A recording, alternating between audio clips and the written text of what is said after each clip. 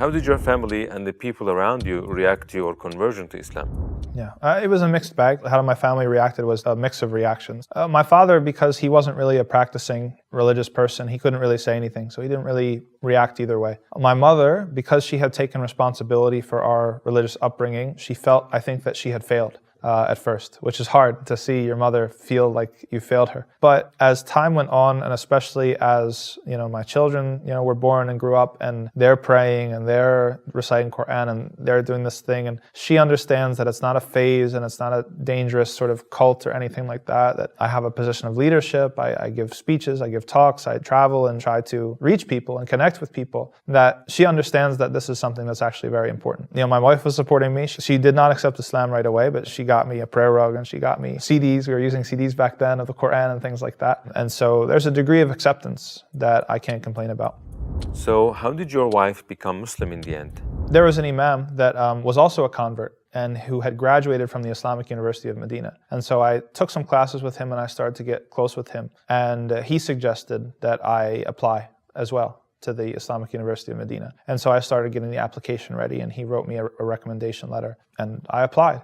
It was a year or two later I was accepted. And one of the problems and one of the major sort of obstacles I faced and one of the leaps of faith that I had to take was that, Medina is only a place where Muslims can live. And at that point, my wife was not a Muslim. So I basically went ahead with it, hoping in Allah that she would become Muslim before I had to go if I got accepted, and not really knowing what I was going to do if that didn't happen. And subhanAllah, I'm really glad that I did, because just maybe some months before I got the acceptance letter from Medina, she also took her Shahada and became a Muslim. So it all worked out. She definitely was coming along in her own ways, but she had more hesitation than I did, and she had more sort of unresolved issues than I did. She also was afraid of doing it for me. She wanted to make sure that she was doing it for herself, which I respect a lot. And it was funny because we moved around quite a bit. I won't get into the details, but we were in a new community and we lived very close to a masjid. And we went a couple times to talk. I said, if you have any questions, we can go talk to the Imam. And we did a couple times, but it never really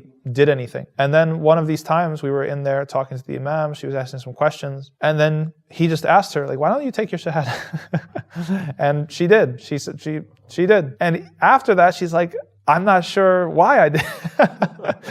But it was something that, she continued to grow into. And at first she was like, what did I just do almost? But as the days and weeks and months passed, it was something that she grew into very nicely. And then it became, kind of the obvious thing to do. What were the challenges that you faced after becoming Muslim? So there were several points at which I had to give things up, or I decided to give things up, and they were wonderful, amazing decisions. One of the first things that I did when I became a Muslim was I stopped playing music. I was a very capable musician before Islam. Maybe there was some disagreement or there was this and that opinion, but I just said, I know myself. And I know what it feels like to be on stage and what it feels like to play for people and these sorts of things. And I know right away that it's not good for the soul. There were, certain things like when it came to jobs. Okay, so I had worked in restaurants for some years. It just wasn't suitable anymore. I mean, there was alcohol and pork in the restaurant. There were women that would flirt with you. They would give you their number sometimes and things like that. And so I didn't have another job lined up, but I decided one day, I just can't keep doing this. And I just decided to put in my 2 weeks, as we say, and leave. Allah replaced it. That's the thing. And so I got another job in no time.